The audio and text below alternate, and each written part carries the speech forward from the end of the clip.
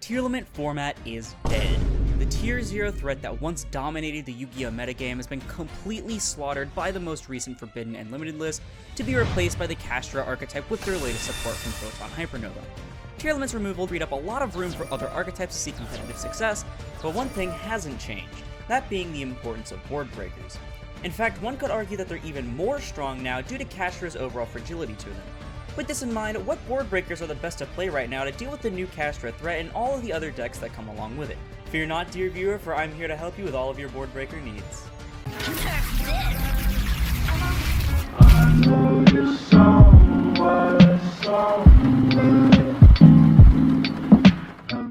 What's going on, everybody? It's Rowaija coming at you with a brand new video, and as stated in the intro, tier limit as a deck is effectively dead, and because of this, we've shifted into a brand new format. This format has been widely discussed online, especially since Team YCS Vegas, over whether or not it can be considered healthy because of all the floodgates running around and Kshatri being an overall toxic deck, but having many outs as well. Most of these outs are in board breaker form and have been a major topic of discussion, mainly due to how many different types actually are effective. Seriously, even if you're packing them in both main and side, it's very unlikely you'll be able to even fit all of the different types. And so, in order to help you decide maybe which ones to figure out the space for, I'm here to give you my board breaker tier list for the March 2023 format. Before we get started, just in case you want to see what hand traps to play over board breakers, I do also have a separate video for that as well if you haven't already checked it out, and so you don't miss anything else, consider subscribing and turning on notifications so you can keep up with the latest in competitive Yu-Gi-Oh! Content.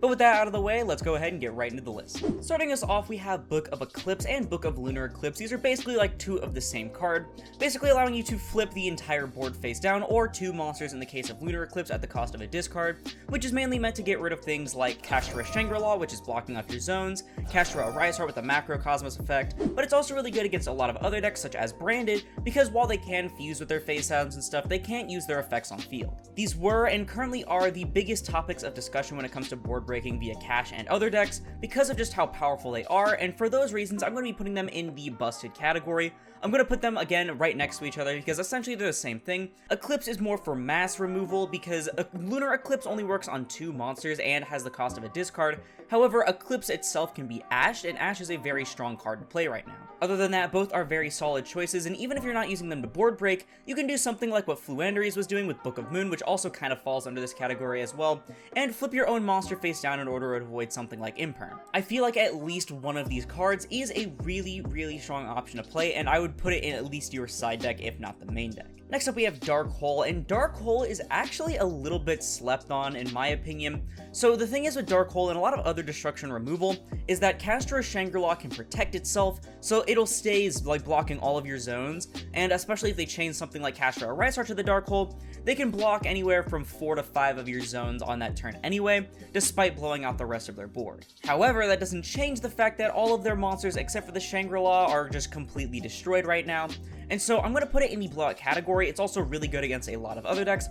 Not so much things like Labyrinth, but it's really good against decks like Sword Soul, and then against Branded if you can kill them, or if you're playing like a back row deck that doesn't really care about their monsters dying to Mirror Jade. And so many other lower tier options actually don't have any spell and trap negation or any sort of protection like that, and so Dark Hole can end up winning you a lot more games than you may think. Not to mention with Nightmare Corruptor Ibli running around in Kshatri decks, and then certain other decks like Sprite, I believe, are still messing around with it, as well as certain Branded players not running the Nightmare Lock just yet. Maybe they're still on Ra's Disciple or Ito. Dark Hole can serve you quite well right now. Next on our list is Dark Ruler No More, and I'm going to put Dark Ruler above Dark Hole in Blowout. So Dark Ruler was another major topic of discussion because a lot of people were figuring out, oh, if you Dark Ruler a Kshatri board, Shangri-La is going to continue to block your zones because of how the effect is worded.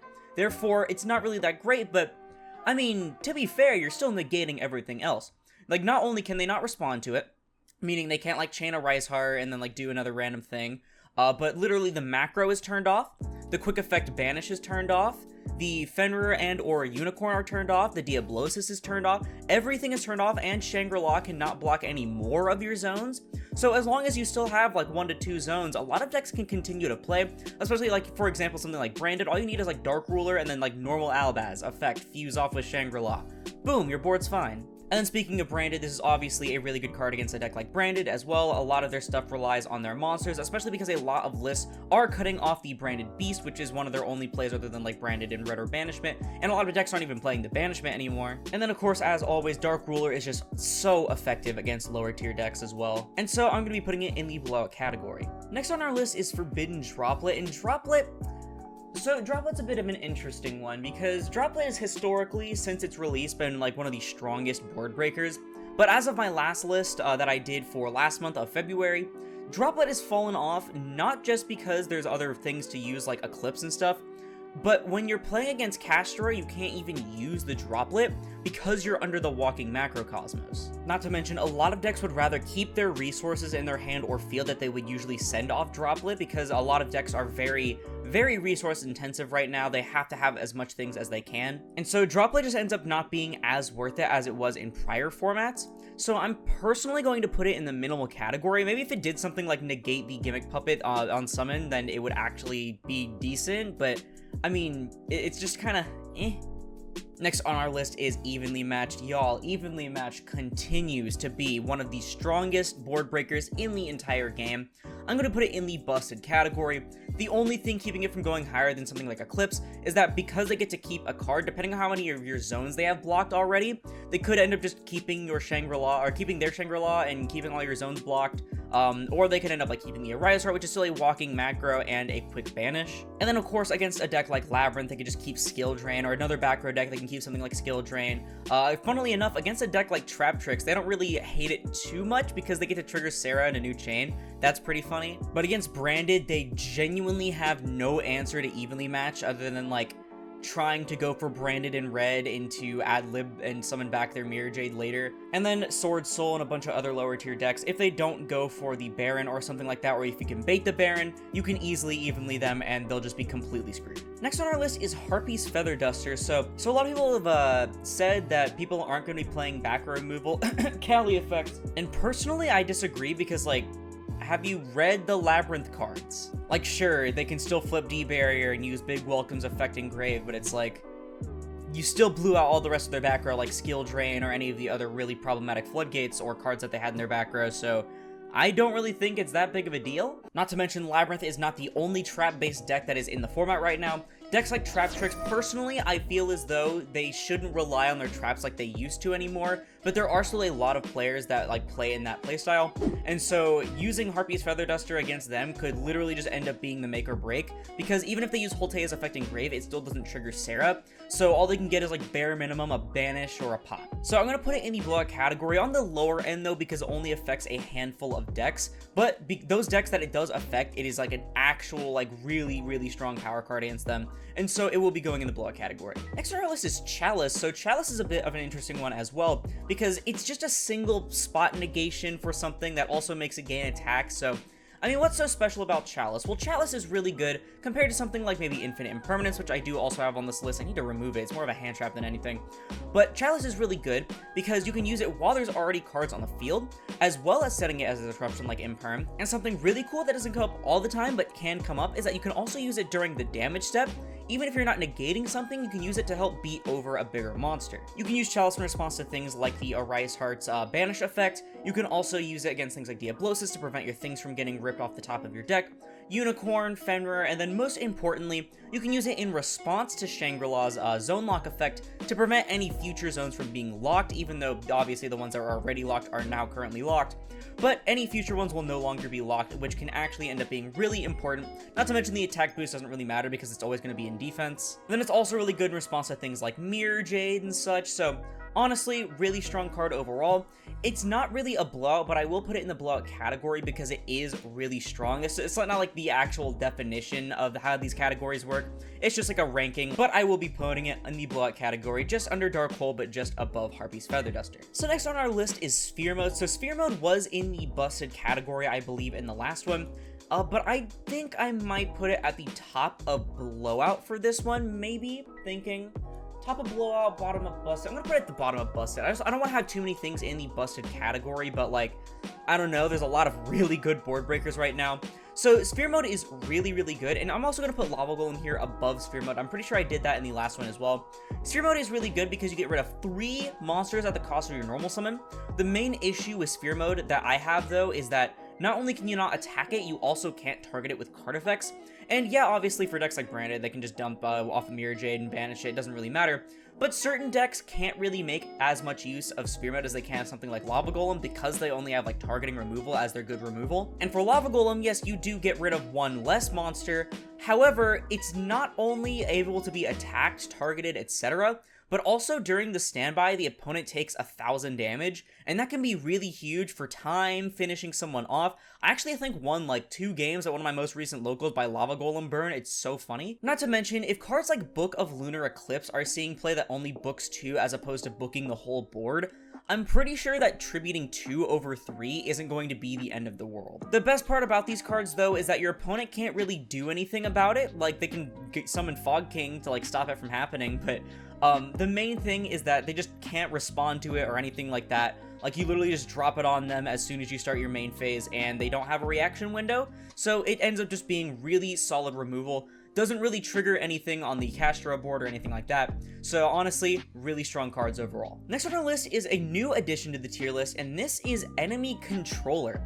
So Enemy Controller is a card that recently just came back into the format. A lot of people think it like has been dead for years and years, but honestly, this card pops in and out of formats like I think every 2 years. Like 2018, Trickstar Sky Striker was playing this. 2020, I forgot what it was, but some deck was playing this. I remember it topped an event or something like that. But now it's seeing play again in like 2023. So for those of you that are unaware, Enemy Controller says you can activate one of these effects, and you can either target a face-up monster your opponent controls and change that target's battle position, or you can tribute a monster and then target a face-up monster your opponent controls. This is a quick play spell, by the way, it's a quick effect, and then take control of that target until the end phase. So this card actually ends up being huge. So the first effect is easily the worst part about it. I mean, you can change a Shangri-La to attack position and then punch it because it has 0 attack natively, so that's pretty cool. But the second effect is the real kicker for this card, because you tribute a monster for cost, right? So not only can this prevent your things like, for example, Branded, like a Luber from getting imperm, you can dodge any spot negation like that, but you can also use it to get rid of things like Nightmare Corruptor Ibli, which again is seeing a lot more play now, so you can get rid of that off of your board and steal an opponent's monster. And this is really good in the Kshatri matchup because you can steal something like Kshatri-La Arise Heart, which either your opponent is going to chain the Arise Heart to banish itself so you don't get it, which I mean, hey, the Arise Heart's off the board now, but if they don't chain it, I mean, you get a free Arise Heart that if it was at 2 materials, now it's going to be at 3 because of the controller, so you get to use the banish effect. And also, you can stack your own Arise Heart on top of that. A lot of players are playing their own Arise Heart to summon on top of an Arise Heart or a Shangri-La after the Shangri-La uses its effect during standby. And you basically just get so much value. Like, stealing monsters right now is some of the best things that you can do. And again, this is a quick play spell, so you can also set it and use it as a disruption when you go first.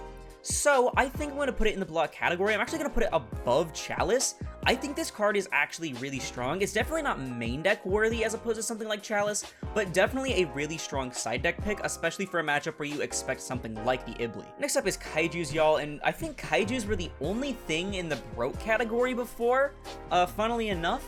However, they're kind of better now because, I might put them in the broke category because, you know, obviously I need something in the broke category. But I mean, I don't know, actually. So I'm going to put it in minimal. The thing is with Kaijus is that some people are unironically playing Kaijus now because it does break apart a little bit of the cash board, namely the Shangri-La. However, you still have to play through everything else, so I mean, like, I don't think that really helps too much. On the topic of Kaijus, though, I think I'm going to talk about Kaiju Slumber now. And Kaiju Slumber is a card I still think is really good. So, Kaiju Slumber is really interesting because you have to play the Kaijus in order to make it work. However, this can end up being really strong, especially against a deck like Kshatri-La, because the issue when it comes to the Kshatri-La matchup in general is that Shangri-La can protect itself. However, that's not an issue when you kaiju it and then activate Kaiju Slumber, because keep in mind, you can Kaiju Slumber when there's already a kaiju on board, and so you don't have to worry about the protection, and you end up wiping the entire board for the cost of 2 cards in your hand. Granted, obviously, there are cards that do that for the price of 1, but this does also destroy them instead of just temporarily getting rid of them, like Book of Eclipse. Unfortunately, you can't use it under Ibli or anything like that, but I still think it is really strong in combination with a kaiju, and even otherwise, like, you're still blowing up everything else. It's like Dark Hole, and you're getting a really big body that, while Shangri-La can protect itself there, it probably only has 1 material overall because of Big Bang. So you can literally Kaiju Slumber, they protect the Shangri-La with this effect, and then you summon a 3300 attack kaiju like the Thunder King or Juzukiri to your field, and then you can punch over the Shangri-La, and now you don't have to worry about it. I still stand by Kaiju Slumber being a really funny and surprisingly strong card. The only problem is that you have to play the kaijus, but honestly, it ends up being more of a benefit than anything, so I think it deserves to be in the blowout category. Next up, y'all, we have Imperm, and Imperm, I mean, so Imperm is Imperm, it's a hand trap and a board breaker, so it's obviously going to have its merit in that case. When it comes to board breaking, though, I'm not going to talk about it as a card, I'm going to talk about when it comes to board breaking. Imperm isn't that amazing. I mean, yeah, you can set it face down and use it going first, like something like Chalice, Enemy Controller, etc. But, I mean, you're just getting rid of one thing, and you can't use it when there's already stuff on board, so you have to immediately begin with it. And the main problem with that is that depending on what you imperm on the cash board, they can just chain a Rise Heart and then like get rid of the imperm and then block off more zones with Shangri-La and then banish stuff with Diablosis. So like, even if you hit the Shangri-La, they can still just sit on the Rise Heart and the Diablosis and like Fenrir, Unicorn, stuff like that.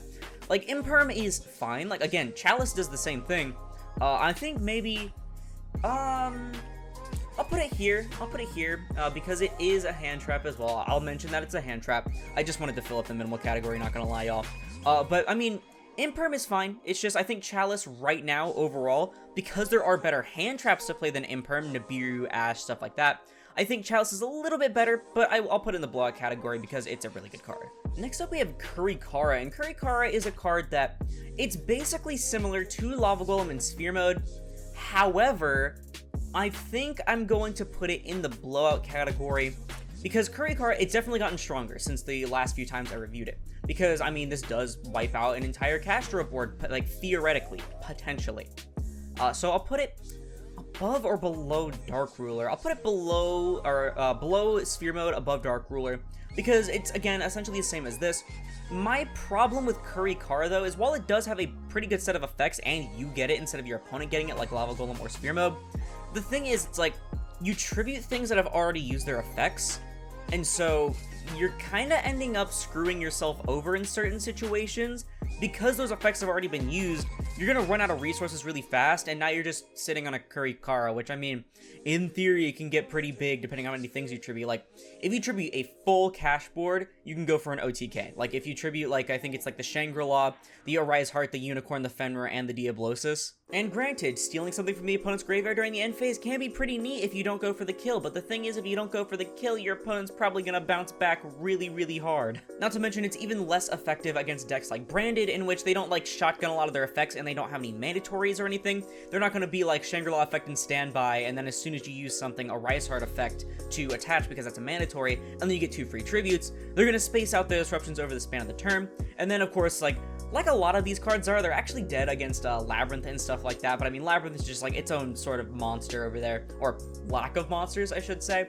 But then, like, something like Trap Tricks you can use it on, but again, they're already using things like Rafflesia, Pinguicula, Sarah, stuff like that. They're already getting their advantage, so that's like my main beef with Kurikara. In fact, I'll put it below Dark Ruler because of all of those things. Like, I don't know, I feel like Sphere Mode and Lava Golem are just overall much easier cards to use. Next up on our list is Lightning Storm, and for this one, I realize I'm probably going to move Duster down to Minimal. The top of Minimal, granted, remember, Minimal doesn't mean it's bad, it just means that compared to certain other things, it may end up being not as good. Also, in that regard, I'm going to put Droplet under Gamma Seal.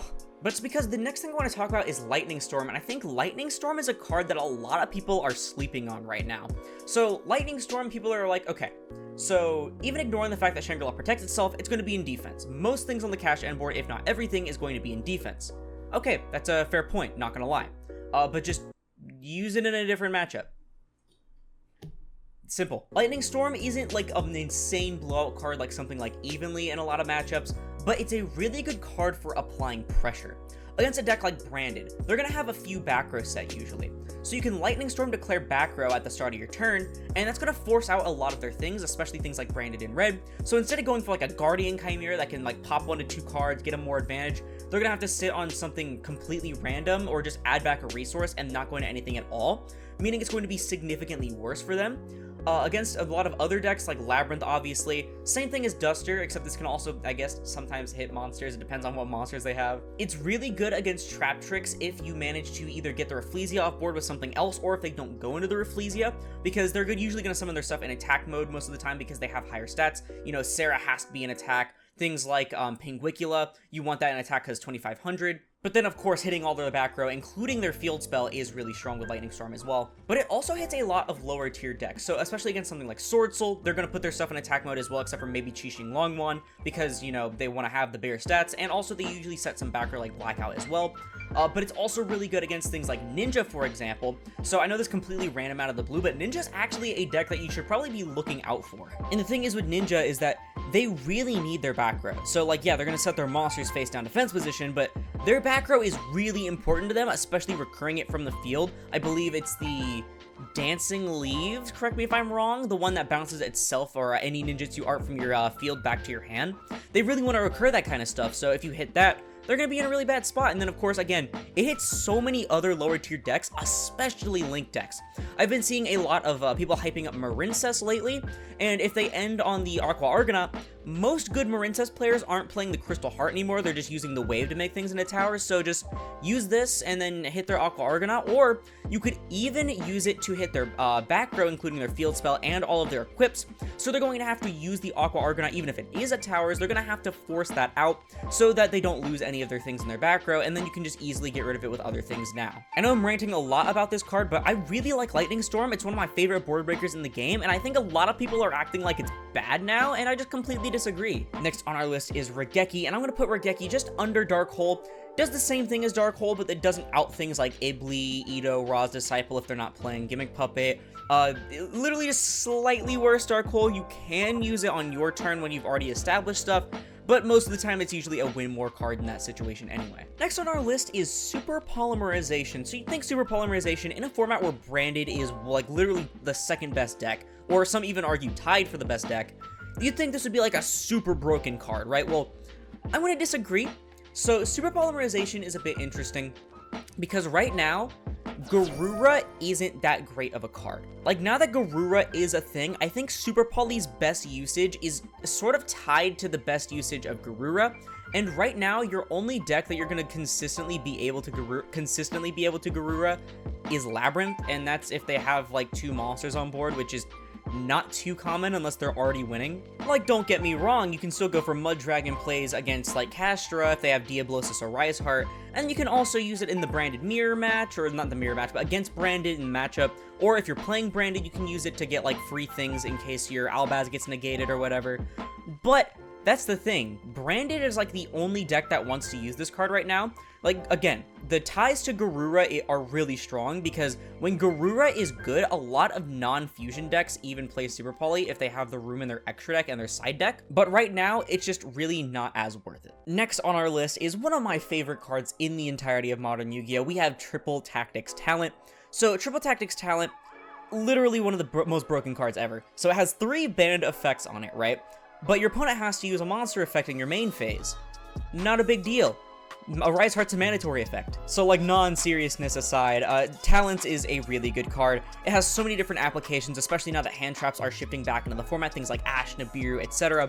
So you can get the free draws on your turn, or even a free hand rip, which I feel like is a very underutilized part of Talents. Like, a free hand rip that shuffles back into the deck is really good. But most importantly, going second right now, Talents is so strong for stealing opponents' monsters.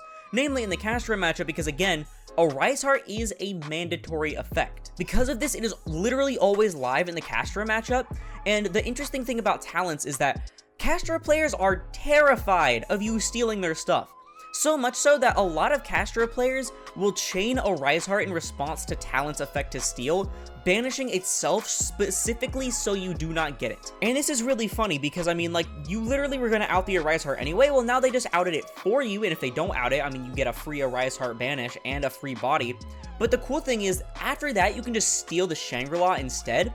And reminder, a lot of people, like I mentioned, are playing a random copy of a Rise Heart in their extra deck, so they can stack their own Rise Heart on top of a monster that they steal, because stealing is so good right now. And because of this, you can not only free up all of your zones, but you get your own Rise Heart on top of that Shangri-La, which is huge. This card is so good right now. And not to mention, while I don't think the card in general is like super insane, Triple Tactics Thrust can fetch this card directly from the deck. I'm honestly tempted. I'm gonna put this in the busted category. Like, it just does so much for so little, especially because it is a bit format dependent, but this is one of those formats in which it is a really busted card. I love Triple T. You should absolutely pick them up if you haven't already. It's like, I'm pretty sure it's still pretty cheap. Next on our list is Ultimate Slayer. So Ultimate Slayer is a card, I really want to defend this card. I think it's a really cool card, but right now it just feels like the worst possible format for it. Like, the issue with Ultimate Slayer right now is that the Castro matchup is going to be the, like, biggest matchup. I mean, like, it's literally the deck to beat right now. So Ultimate Slayer is dead in that matchup because you can't use it under a Rise Heart. So it's just kind of terrible in that situation. You'd have to open another board breaker along with it. And then when you think about it against the other decks, I mean, it's fine, but you could just play, like, better things. So against Branded, shuffle back Mirror Jade, they don't get the floating effect, and you get to send in a Tusk, get a free pop. Pretty cool, not gonna lie. Against Sword Soul, you can send something like Psyframe Lord Omega. I think is still one of the best targets to send off of that. Okay, you get a free shuffle back. But the main thing with Ultimate Slayer is that you also need to have a deck that really wants to play this card. Decks like Fluanderies are just completely dead, so the only thing I can think of that would want to play this is Labyrinth. But I think, honestly, Labyrinth would just much rather play cards that prevent those monsters from getting on the board in the first place. So this is going to be the first card, and probably one of the only ones, in the broke category. Like, again, I don't think this is a bad card, it's just really not the format for it. Not just because of the walking macro, but because almost nothing would even want to play this and make the extra deck space for it. Next up is another card that I actually think I'm going to put in the broke category as well. This is Underworld Goddess of the Closed World. So Underworld Goddess, funnily enough, I believe was in Blowout in the last tier list, because tier was still a really strong deck, and the format was still shaped around those decks. But now, let's look at the top four decks, right? Argue the top four decks. One locks you into Xyz. One doesn't even really want to go into the extra deck very often, and if they do, there's not a Link 5. One locks you into Fusion, and one locks you into Synchro, being Sword Soul. I don't think any of these decks could or even would want to play this card. And for the lower tier decks that would even want to play this, how are you getting a Link 5 on board when at least 3 of your zones are blocked at any given time? I love Underworld Goddess, don't get me wrong, but I was sitting here and thinking about it as I was getting up to it, and I'm like, wow, this card sucks right now. And for the final card of the list, we have one of my favorite cards in the entirety of Yu-Gi-Oh! That being Divine Arsenal AA Zeus Sky Thunder. Zeus is really, really good right now. The problem, though, with Zeus is that Diablosis rips it, Unicorn rips it, Labyrinth can pop things that would get it out on board, or if they declare Xyz off a D-Barrier, they can just prevent it from getting onto the board in the first place. Trap Tricks can hit whatever is going to try and get the Zeus out with a Trap Hole. Sword Soul can black out the materials used to make the Xyz monster. Like, there's a lot of factors making Zeus worse right now. However, it doesn't change the fact that if you can resolve Zeus, half the time you're probably winning the game unless you're playing against specifically Branded, which then nukes your Zeus and then gets more things during the end phase. I'm going to put it in Blowout. Again, the main issues with Zeus comes to actually being able to get the Zeus to hit the board and then resolve. But if it resolves, you are literally winning that game. This card is so strong.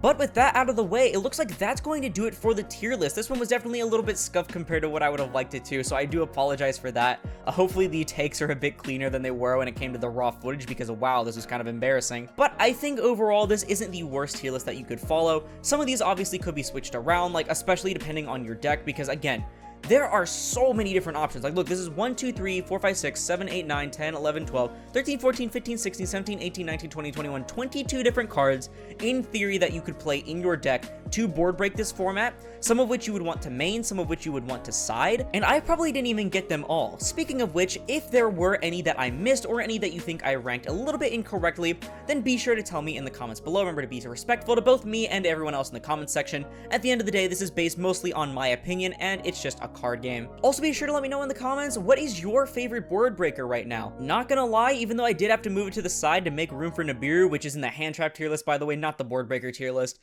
Evenly is like my baby, honestly. I love this card to death, followed probably by Triple T, even though I'm not really playing it as much because I'm now on Branded and I don't feel like it's that amazing in Branded. Also, be sure to let me know your thoughts and opinions down in the comments below, because that's going to do it for the video. If you liked it, please be sure to leave a like, as I'll put this video and the channel into tier recommended. And if you like this content and you want to see more like it, like more tier lists, I'm trying to pump out a lot more tier lists. Again, like I mentioned in some of the last few ones, I really like making these things that they're not only pretty simple and fun to make, but also they are pretty informative. I know I've helped out a lot of people with these, and I do appreciate hearing about that. Then perhaps consider subscribing, because we're on our way to 5,000 subscribers by the end of 2023. We just hit a massive growth spur on the channel. We got like over 500 subs in the last month, and we've gotten so many different views, likes, comments, and stuff. I cannot thank you all enough, but not to mention it supports the channel more than anything else, and it's absolutely free. But once again, thank you all so much for watching, and I'll see you in the next one. This is Aurora, signing off.